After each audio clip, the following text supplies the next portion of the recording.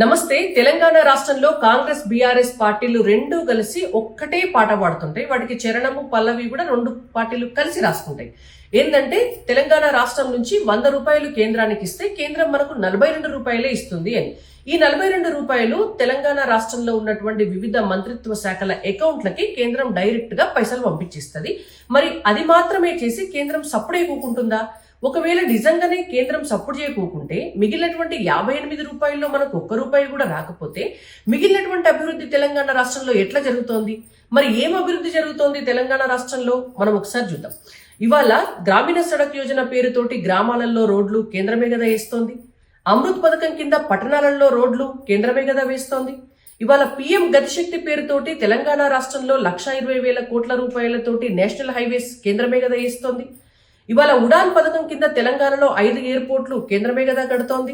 ఇవాళ already కాజీపేటలో coach ఫ్యాక్టరీని కేంద్రమే కదా కడుతోంది. ఇవాళ 40,000 కోట్ల రూపాయలతోటి 40 రైల్వే స్టేషన్లని తెలంగాణ రాష్ట్రంలో కేంద్రమే కదా అభివృద్ధి పదంలోకి తీసుకుపోతోంది. ఇవాళ తెలంగాణ రైతులకి కూడా కిసాన్ సమ్మాన్ నిధి పేరుతోటి సంవత్సరానికి 6,000 రూపాయలు కేంద్రమే కదా ఇస్తోంది. ఇది ఇవాళ ప్రతి యూరియా ఆర్ డిఏపి సంబంధించినటువంటి ఎరువుల బస్తాలపైన సబ్సిడీ కేంద్రమే కదా ఇస్తోంది. తెలంగాణ రాష్ట్రంలో ఉచిత గ్యాస్ కనెక్షన్స్ తీసుకున్నటువంటి వాళ్ళందరికీ ఉచిత గ్యాస్ ఇవ్వడంతో పాటు ప్రతి గ్యాస్ సిలిండర్ పైన 200 రూపాయల సబ్సిడీ కేంద్రమే కదా ఇస్తోంది. ఇవాళ ప్రతి గ్రామంలో కట్టినటువంటి శ్మశాన వాటికకు 10 లక్షల రూపాయలు కేంద్రం నుంచే కదా వచ్చినాయి. ఇవాళ తెలంగాణలో రైతు వేదికల నిర్మాణానికి 10 లక్షల రూపాయలు కేంద్రం నుంచే కదా వచ్చినాయి. గ్రామాలలో కడుతున్నటువంటి ఐమాస్ లైట్లు కావచ్చు, లేదంటే గ్రామాలలో ప్రజలకు ఇస్తున్నటువంటి రేషన్ బియ్యం కావచ్చు, గ్రామాలలో ఉన్నటువంటి ప్రజలకు ఉపాధి హామీ పథకాలు కావచ్చు, వీటన్నిటికీ కూడా కేంద్రం నుంచే కదా డబ్బులు వస్తున్నాయి.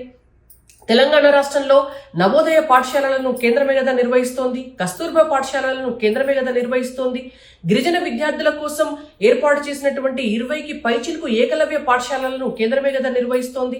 ఇవాళ సమ్మక్క సారక్క గిరిజన యూనివర్సిటీని కేంద్రమే కదా నడుపుతోంది.